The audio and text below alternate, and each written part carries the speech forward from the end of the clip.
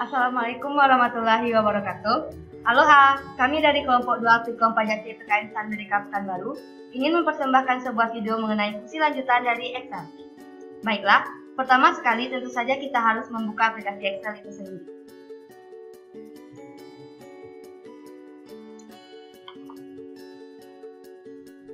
Kemudian di sini kami akan menjelaskan beberapa fungsi lanjutan seperti AND, OR, IF, SUMIF, COUNTIF, juga merging dari if dengan and, or, dan not. Pertama, kita mulai dengan fungsi and. Jadi, fungsi and ini adalah fungsi logika yang digunakan untuk menentukan jika semua kondisi yang diuji adalah true. Sepertinya kalau mendengarkan definisinya saja membuat kita bingung, jadi langsung saja kepada prakteknya yang akan digas oleh rekan saya. Oke, baiklah. Saya akan menjelaskan kepada teman-teman semua bagaimana cara menggunakan fungsi AND. Pertama, kita akan membuat contoh itu menggunakan dua buah data. Yang pertama, bisa kita masukkan angkanya 34. Lalu angka yang kedua itu 45. Oke, langsung kita akan masuk ke rumus fungsi AND. Sama dengan AND, lalu kita masukkan, misalnya kita bikin contoh B5 lebih besar dari 30. Lalu masuk ke logika 2, yaitu C5 lebih besar dari 40. Maka kalau kita bikin enter, itu kan hasilnya true. Lalu apabila kita ganti salah satu angkanya itu tidak memenuhi, jadi kan kita bikin itu C5 besar dari 40. Sekarang bagaimana kalau kita ganti dengan 30, 45? Oke, maka dia akan jadi false. Kenapa? Karena apabila kondisi N itu salah satu tidak terpenuhi, maka dia akan menghasilkan false. Tapi apabila semuanya terpenuhi, dia akan menghasilkan true. Dan apabila dua-duanya tidak terpenuhi, maka akan tetap false. Kalau datanya 3 atau lebih, bisa? Oh, tentu saja tetap bisa. Misalnya kita bikin contoh di kolom A5 tadi, kita bikin angka lagi. Coba kita bikin angkanya di situ 27. Lalu kita tambahkan di fungsi tadi. Di logika sebelumnya itu ya kita bikin A5 lebih besar dari 34. Oke, kita kasih nafas. Kenapa? Karena kita lihat di sini tadi. A5 itu fungsinya harus lebih besar dari 34, sedangkan angka yang tertulis di situ 27. Maka salah satu kondisi tidak terpenuhi. Namun apabila kita ubah semuanya, kita lihat dulu ya, itu A5 lebih besar dari 34. Kita bikin 35. Lalu di kolom B5 itu tidak 34, lebih besar dari 30. Dan di kolom C5 kita bikin 45. Maka hasilnya true. Kenapa? Karena di kolom A5, B5, dan C5 itu memenuhi setiap kondisi yang diminta oleh N. Maka dia akan menghasilkan true. Oh gitu ya. Jadi kalau semua fungsinya terpenuhi, maka hasilnya akan true. Tapi jika satu saja fungsinya tidak terpenuhi, maka hasilnya akan false. Ya, benar seperti itu. Oke, baiklah. Marilah kita lanjut ke fungsi yang kedua, yaitu OR. Apa itu OR? OR adalah fungsi logika yang digunakan untuk menentukan jika salah satu kondisi terpenuhi, maka outputnya adalah true. Langsung ke prakteknya saja. Silakan rekan saya. Baiklah, saya akan menjelaskan tentang bagaimana menggunakan fungsi OR. Kita akan gunakan data sebelumnya saja. Berbeda ada 3 data itu. Di A5 ada 35, B5 ada 34, dan di C5 ada 45. Oke, langsung masuk pada rumusnya. Sama dengan OR A5 lebih besar dari 30, lalu B5 lebih besar dari 45, dan C5 lebih besar dari 40. Nah, pada kondisi ini dia akan menghasilkan true. Kenapa? Karena apabila salah satu saja kondisi terpenuhi, maka fungsi OR akan menghasilkan fungsi true.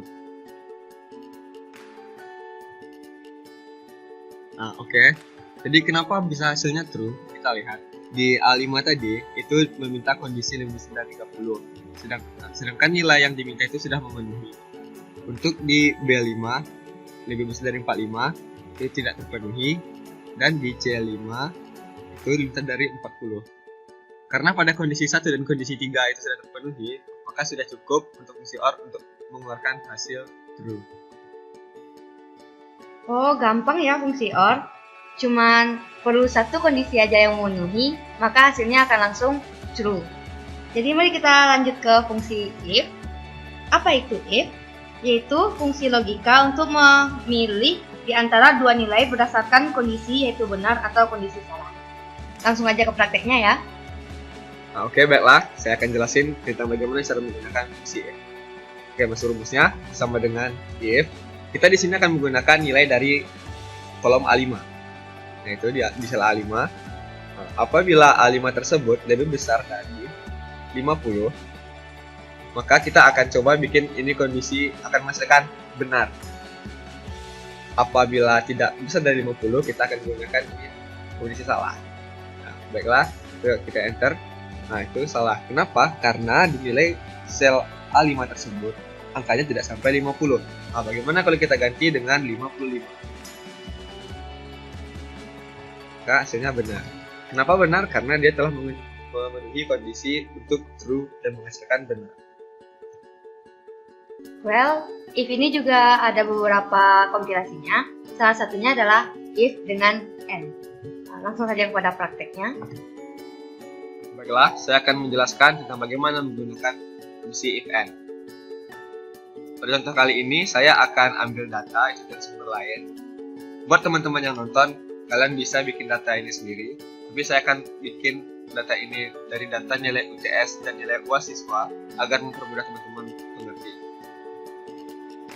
Baiklah, langsung pada masuk rumusnya. Sama dengan if n nilai UTS lebih besar dari 60 dan nilai UAS besar dari 70.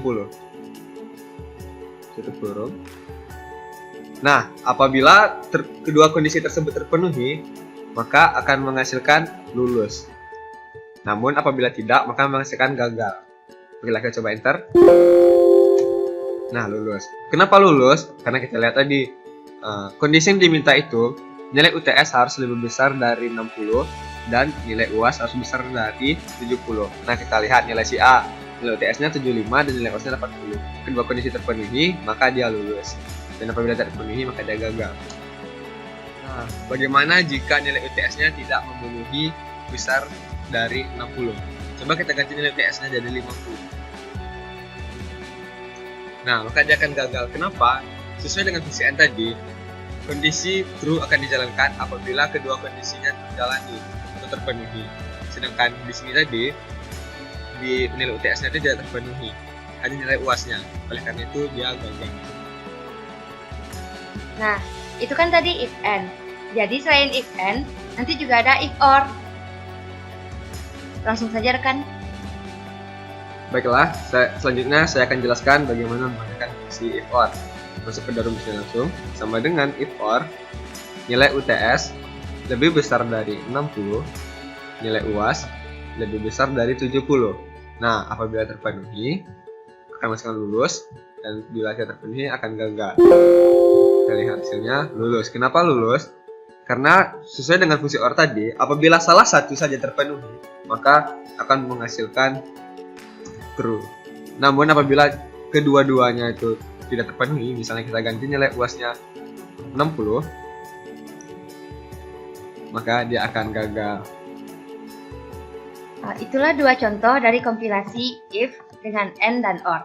Selanjutnya, kita lanjut ke count if, yang definisinya adalah fungsi untuk menentukan berapa banyak data yang memenuhi kriteria tertentu. Untuk lebih jelasnya, mari kita praktekkan. Selanjutnya kita masuk pada count if. Sesuai dengan fungsi yang dijelaskan tadi, count if fungsi untuk menghitung berapa sih banyak angka yang terdapat pada suatu rank yang memiliki kriteria tertentu. Nah, misalnya kita masukin COUNTIF yang dari rank nilai ITS, lalu kriteria kita butuhkan itu adalah nilai 50. Jadi itu ada satu. Di sini maksudnya ada berapa banyak sih nilai 50 terdapat dalam rank tersebut. Di situ kan satu. Nah, bagaimana jika kita ganti, misalnya nilai siswa E mendapat 50 juga. Nah, Anda otomatis dia akan terhitung kedua. Nah, selain COUNTIF, ada juga namanya SUMIF.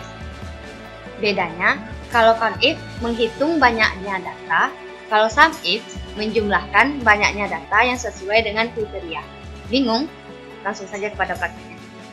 Nah, baiklah, selanjutnya saya akan menjelaskan tentang SUMIF. Nah, tadi kan COUNTIF itu menghitung berapa banyak sih nilai 50 yang terdapat pada suatu rank. Sedangkan SUMIF itu berguna untuk menghitung berapa sih jumlah nilai yang terdapat dengan kriteria tertentu. Nah, tadi misalnya kan kita ambil contoh 50. Sekarang kita juga akan ambil contoh 50 dalam rank di nilai UTS. Nah, 50 enter 100. Nah, kenapa 100? Karena di situ terdapat jumlah 2 buah nilai 50. Nah, bagaimana misalnya ada 3 sih, kita bisa ganti nilai siswa C 50 juga. Nah, kalikan 150. Dan otomatis lihat COUNTIF juga berubah menjadi 3 orang.